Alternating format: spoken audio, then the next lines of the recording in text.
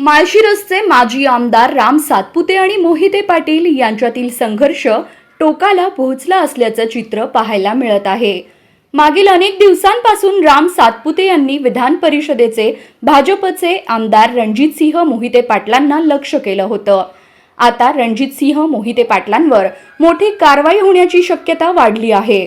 लोकसभा निवडणुकीत तसेच विधानसभा निवडणुकीत रणजितसिंह मोहिते पाटलांनी भाजप पक्षविरोधी काम केल्याचा गंभीर आरोप सातपुते यांनी केला आहे।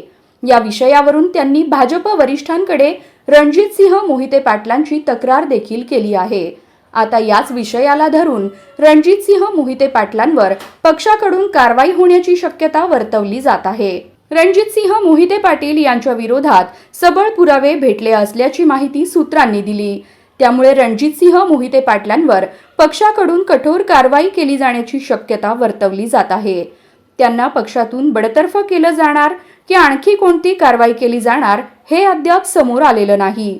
यामुळे भाजपकडून मोहिते पाटलांवर कोणती कारवाई होणार हे पाहणं महत्त्वाचं ठरणार आहे।